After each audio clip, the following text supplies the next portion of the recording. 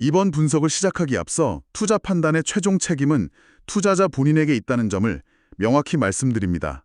저희는 단순 참고용 정보나 분석을 제공할 뿐 특정 종목이나 섹터에 대해 매수나 매도를 절대 추천하는 것이 아닙니다. 안녕하세요.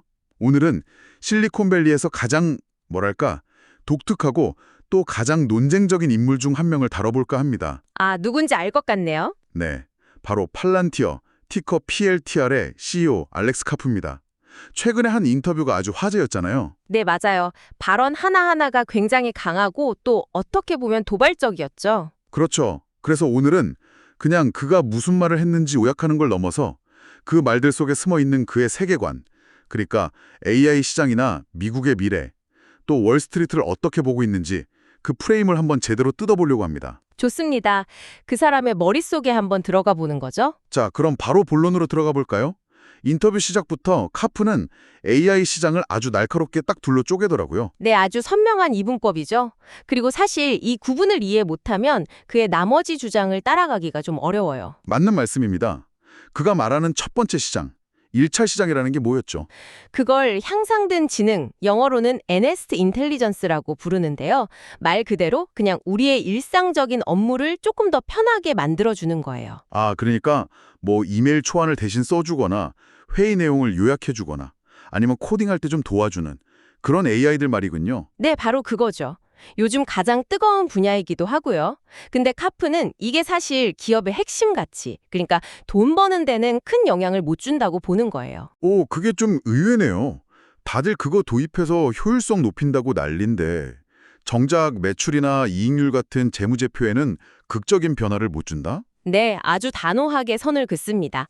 그리고 바로 이 지점에서 지금 시장을 뒤덮고 있는 AI 거품 논쟁이 생긴다고 콕 집어서 말하자. 아, 그 지점이 흥미롭네요. 그러니까 많은 기업들이 LLM, 대규모 언어 모델을 도입하려고 정말 어마어마한 돈을 쏟아붓고 있는데 그렇죠. 비용이 엄청나죠. 근데 카프는 그게 사실상 보여주기에 가깝고 그 돈을 들인 만큼 실제 수익으로 연결된다는 증거는 부족하다고 비판하는 거군요. 맞습니다. 과연 그 비용을 상쇄하고도 남을 만큼의 명확한 경제적 가치가 창출되고 있냐? 이 질문을 던지는 거예요. 이건 뭐 지금 VC 자금 받는 거의 모든 AI 스타트업들한테 한 방 날린 거나 마찬가지인데요. 굉장히 날카로운 지적이죠. 실제로 그런 의도가 다분하고요. 그래서 그는 이 1차 시장을 덜 정교한 AI라고 부르면서 특히 기관 투자자들 관점에서는 아직 가치가 입증되지 않았다고 보는 겁니다. 알겠습니다. 그럼 그가 말하는 진짜 AI, 그 2차 시장은 대체 뭐가 다른 걸까요? AI that works, 작동하는 AI라는 슬로건을 썼는데 네네. 솔직히 구글부터 작은 스타트업까지 자기들 AI는 다 작동한다고 하지 않나요? 이거 그냥 좀 영리한 마케팅 용어 아닌가요? 물론 탁월한 브랜딩이기도 한데요. 카프는 아주 명확한 차이가 있다고 주장합니다. 그가 말하는 작동하는 AI는요. 추상적인 효율성 개선이 목표가 아니에요. 목표가 아니다. 그럼 뭐죠? 기업이나 국가가 직면한 가장 본질적이고 절박한 문제에 직접 개입하는 겁니다. 그래서 숫자로 딱 증명할 수 있는 결과를 그것도 아주 빠르게 만들어내는 AI를 의미하죠. 절박한 문제요. 네. 인터뷰 내내 그가 반복해서 강조하는 4가지 키워드가 있거든요. 바로 고객의 생사, life and death, 안전, safety, 마진, margins, 그리고 매출, revenue입니다. 와, 단어 무게감부터가 완전 다르네요. 이건 그냥 업무 좀 편하게 하는 수준의 문제가 아니군요. 전혀 다른 차원의 이야기죠. 예를 들면 전쟁에서 아군과 적군을 식별해서 생사를 가르거나 혹은 공장 데이터를 실시간으로 분석해서 수율을 즉각적으로 개선해 마진을 몇 %씩 올리거나 하는 그런 종류의 AI를 말하는 거군요. 바로 그겁니다. 그리고 그는 이 2차 시장이 처음에는 전체 AI 시장의 아주 작은 부분 집합에 불과했다고 해요. 네. 하지만 지금은 무서운 속도로 나머지 1차 시장을 메타볼라이징, 즉 대사작용하듯 흡수하고 있다고 주장합니다. 대사작용이요? 와, 그 단어 선택이 정말 절묘하네요. 마치 살아있는 생명체처럼 거품 낀 시장을 먹어치우면서 커지고 있다는 거잖아요. 네, 엄청난 자신감의 표현이죠. 진짜 가치를 창출하는 AI가 시장을 잠식하고 있다는 겁니다. 팔란티어의 비즈니스 모델을 보면 그 자신감이 어디서 나오는지 알 것 같아요. 고객한테 그냥 소프트웨어 팔고 끝나는 게 아니잖아요. 그렇죠. 성과 기반이죠. 우리가 당신네 마진을 5% 올려줄 테니 그 늘어난 이익의 일부를 우리한테 달라. 이런 식이니까요. 이건 뭐 결과에 자신이 없으면 절대 불가능한 모델이죠. 정확합니다. 그래서 카푸는 AI 거품 논란은 저기 1차 시장에나 해당되는 이야기일 뿐 자신들이 속한 2차 시장은 그 논란에서 완전히 자유롭다고 선언하는 겁니다. AI 시장에 대한 그의 관점은 확실히 이해가 됐습니다. 그런데 이야기가 여기서부터 갑자기 확 커지더라고요. 그냥 비즈니스 얘기를 넘어서 미국의 미래 전체로 확장되잖아요. 네, 무대가 완전히 거시적인 지정학적 관점으로 바뀌죠. 팔란티어의 성공이 곧 미국의 성공이다. 거의 이런 식으로 동일시하는 것처럼 보였어요. 맞습니다. 그는 기술 스택의 지배력, 즉 스택 다미넌스라는 개념을 제시하는데요.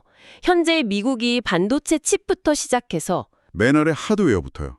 네, 그 위에 올라가는 데이터의 의미와 관계를 정의하는 온톨로지까지 AI 기술 스택의 모든 계층에서 압도적인 위치를 차지한 유일한 국가라고 단언합니다. 그러니까 유럽이나 아시아 국가들이 특정 분야에서는 강할지 몰라도 이 전체 스택을 A부터 Z까지 다 장악하고 있는 건 미국뿐이다. 이 말이군요. 바로 그겁니다. 그리고 이 기술적 우위가 적들이 우리와 싸우고 싶지 않게 만드는 치명적인 힘, 즉 리터 테크놀로지의 근간이 된다고 말하죠. 여기서 팔란티어의 정체성이 아주 노골적으로 드러나는 것 같아요. 단순한 소프트웨어 기업이 아니라 미국의 국방력과 직결된 방위기술 기업이라는 거요. 네. 그리고 이 거시적 관점이 군사 문제를 넘어서 미국의 가장 큰 내부 문제인 경제와 사회 통합 문제로까지 이어집니다. 이 부분이 정말 흥미로운데요. 어떤 부분이죠? 그는 미국이 당면한 진짜 질문이 단순히 국가 전체의 GDP를 키우는 게 아니라고 말해요. 그 성장의 과실이 과연 사회 전체에 골고루 돌아가느냐, 그 문제죠. 맞습니다. 구체적으로 용접공, 배관공, 트럭 운전사 같은 숙련된 노동계층의 목도 함께 성장시킬 수 있는가? 이 질문을 던지는 겁니다. 그리고 그 질문에 대한 카프의 답이 바로 AI를 통한 증강, 즉 어그멘테이션이더라고요. 네. 많은 사람들이 AI가 블루칼라 노동자들의 일자리를 빼앗을 거라고 걱정하는데 완전히 정반대의 논리를 펴는 거죠. 와, 그가 그리는 그림은 정말 강력하고 어떻게 보면 되게 낭만적이기까지 해요. AI가 노동자를 대체하는 게 아니라 오히려 그들을 슈퍼맨으로 만들어준다는 거니까요. 그렇죠. 근데 한편으로는 이런 의문이 들어요. 이건 결국 AI가 일자리를 빼앗을 거라는 그 광범위한 공포를 좀 잠재우기 위한 편리한 서사는 아닐까요? 실제로 그런 증강이 대규모로 일어나고 있다는 증거가 있나요? 아주 예리한 질문이십니다. 그리고 그게 바로 카프가 앞으로 증명해야 할 가장 큰 과제이기도 하죠. 아직은 개별적인 성공 사례에 가깝다는 말씀이시군요. 네. 하지만 그가 제시하는 논리는 이렇습니다. 예를 들어 평범한 용접공이 AI 시스템의 도움을 받아요. 그러면 이전에는 불가능했던 훨씬 더 복잡하고 정밀한 환경에서 용접을 할 수 있게 되는 거죠. 인간의 능력이 확장되는 거군요. 네. 트럭 운전사는 AI가 제시하는 최적의 경로와 운행 스케줄에 따라서 훨씬 더 효율적으로 일하게 되고요. 결과적으로 이들이 단순한 노동자를 넘어서 더 가치 있는 엔지니어가 될 수 있다는 겁니다. 와, 더 가치 있는 엔지니어요? 그렇게 되면 당연히 고용 안정성도 높아지고 소득도 늘어날 수 있겠네요. 바로 그 비전을 제시하는 겁니다. 기술 발전이 소수 엘리트에게만 부를 집중시키는 게 아니라 오히려 평범한 노동 계층의 역량을 강화시켜서 사회를 더 단단하게 만들 수 있다는 청사진이죠. 하지만 카프는 이 모든 성공 스토리가 그냥 보장된 건 아니라고 아주 강력하게 경고하잖아요. 미국 스스로 이 모든 걸 망칠 수 있다고요. 네, 맞아요. 외부의 적이 아니라 내부의 문제 때문에 실패할 수 있다는 자기 비판적인 시각을 드러내죠. 그가 지적하는 내부의 위험 요소가 세 가지였죠. 네, 첫째는 과도한 규제입니다. 혁신을 가로막는 지나친 규제 때문에 AI 기술 개발의 주도권을 다른 나라에 뺏길 수 있다는 우려죠. 그건 실리콘밸리의 단골 주장이기도 하죠. 빠르게 움직이고 기존의 것을 파괴하라는 문화랑 항상 충돌하는 지점이니까요. 네, 그렇죠. 다만 그는 모든 규제를 반대하는 건 아니고요. AI 기술의 본질을 이해하지 못하는 관료주의적인 규제를 경계하는 겁니다. 미국 내에서는 개발이 어려운데 다른 나라에서는 더 자유롭게 개발하게 만드는 그런 어리석은 짓을 하면 안 된다는 거죠. 알겠습니다. 그럼 두 번째 위험 요소는 뭐였죠? 능력주의의 훼손입니다. 능력과 성과에 따라 보상받는다는 그 실리콘밸리의 핵심 가치가 흔들리는 것에 대한 경고군요. 맞습니다. 특히 그는 이 능력주의가 일부 소수의 기술 엘리트, 그가 실리콘밸리 올리가르히라고 부르는 소수만을 위한 것이 되어서는 안 된다고 강조해요. 능력주의가 사회 모두를 위해 작동한다는 걸 증명해내야만 그 정당성을 유지할 수 있다 이 말이군요. 네. 그리고 마지막 세 번째는 정치적 양극화입니다. 사안의 본질을 보지 않고 내 반대편이 저걸 반대하니까 나는 무조건 찬성한다. 이런 식의 편협한 사고방식을 버려야 한다고 주장하죠. 종합하면 미국은 AI라는 엄청난 기회를 쥐고 있지만 과도한 규제, 무너지는 능력주의, 극심한 정치 대립이라는 내부의 암초 때문에 스스로 좌초될 수도 있다는 날카로운 경고네요. 그렇습니다. 그리고 그가 보는 내부의 위협 중 하나가 바로 월스트리트인 것 같아요. 맞아요. 이 주제로 넘어가면 그의 말투가 정말 칼날처럼 날카로워지더라고요. 네. 이 부분에서 그의 전투적인 캐릭터가 명확하게 드러나죠. 그는 팔란티어의 가치를 제대로 평가하지 못하는 비판적인 애널리스트들을 향해서 아주 직접적으로 묻잖아요. 네. 그래서 당신은 과거에 얼마나 자주 옳았습니까? 와, 이 말은 정말 거의 인신공격에 가깝게 들렸어요. 그렇죠. 근데 이것도 어떻게 보면 유능한 CEO들의 단골 레포토리 아닌가요? 비판이 나오면 신뢰도를 공격해서 논점을 흐리는 거죠. 이게 정말 철학적인 신념의 차이일까요? 아니면 그냥 주가 방어를 위한 수사일까요? 둘 다라고 봐야겠죠. 하지만 그가 단순히 감정적으로만 비난하는 건 아니에요. 월스트리트의 구조적인 문제를 지적하는데 그 핵심이 바로 책임의 부재입니다. 책임의 부재요? 네. 애널리스트들이 부정적인 의견을 내는 것에는 아무런 하방 리스크가 없다라고 꼬집어요. 만약 그들의 조언을 듣고 투자자가 돈을 잃어도 그들은 아무런 책임을 지지 않는다는 거죠. 그러네요. 반면에 자신처럼 회사를 걸고 미래를 예측하는 기업가는 그 결과에 대해 무한 책임을 져야 한다는 걸 대비시키면서 월스트리트의 분석이 얼마나 무책임한지를 공격하는 거군요. 정확합니다. 그리고 이 비판이 그가 즐겨 사용하는 대중 vs 엘리트 구도로 아주 자연스럽게 이어져요. 네, 팔란티어 주식을 산 사람들과 판 사람들을 아주 명확하게 구분하더라고요. 그렇죠. 그는 팔란티어 주식을 평균적인 미국인이 매수했다고 해요. 반면에 평균적인 정교한 미국인은 관망하거나 매도했다고 주장하죠. 그 이유에 대한 분석이 정말 흥미로웠어요. 네. 그에 따르면 주식을 산 평균적인 미국인들은 월스트리트 엘리트들처럼 복잡한 편견이나 잘못 훈련된 신념 같은 게 없었다는 거예요. 편견이 없었기 때문에 진실을 볼 수 있었다? 네. 그들은 팔란티어가 지난 20년간 외쳐온 진실, 즉 미국이 더 나은 길이다라는 메시지에 순수하게 귀를 기울였다는 거죠. 반면에 주식을 외면한 정교한 미국인, 즉 월스트리트 엘리트들은 기업 경영에 대한 낡은 관념에 사로잡혀 있었다고 비판하고요. 심지어 팔란티오가 내세우는 미국 우선주의나 국방 기여, 능력주의 같은 가치관에 대해 편견 위게트드라고까지 말합니다. 이건 거의 사상 검증 수준이죠. 그렇네요. 팔란티어에 대한 투자는 단순한 금융적 결정을 넘어서 미국의 미래와 가치관에 대한 신념의 표현, 이런 논리군요. 네.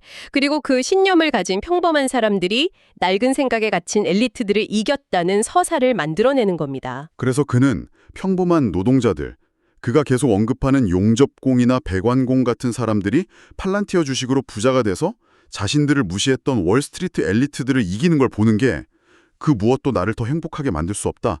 Nothing makes me happier 고 말하잖아요. 맞아요. 이건 단순히 주가 상승이 아니라 하나의 사회적 정의 구현이자 계급적 승리로 여기는 거예요. 정말 강력한 포퓰리즘적 메시지죠. 굉장히 강력하죠. 월스트리트의 권위에 정면으로 도전하면서 자기 주주인 평범한 미국인들을 그 대척점에 세워서 영웅으로 만드는 아주 영리한 전략입니다.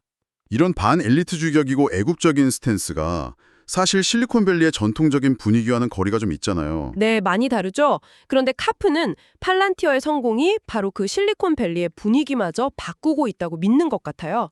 여기서 그의 지독한 현실주의가 드러나죠. 네, 맞습니다. 인터뷰 전체를 관통하는 그의 세계관을 딱 한 문장으로 압축해서 보여주는 말이 나오죠. 아, 순수한 아이디어는 세상을 바꾸지 않는다. 네, 바로 그 말입니다. 그럼 대체 무엇이 세상을 바꾸는가?